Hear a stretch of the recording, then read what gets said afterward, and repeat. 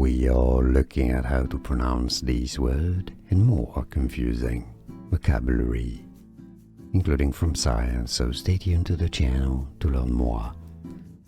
Geomagnetic, that's American English, US geomagnetic. Now in British English, sorry, in the UK, it's said similarly as geomagnetic. We are looking at how to pronounce these words and more confusing vocabulary, including from science, so stay tuned to the channel to learn more.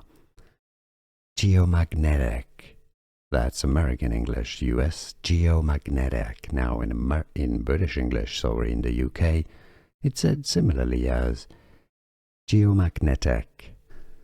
Here are more videos on how to pronounce more confusing words and names too many mispronounced. Like this video if you found it useful. I appreciate your support. I'll see you soon and thanks for watching.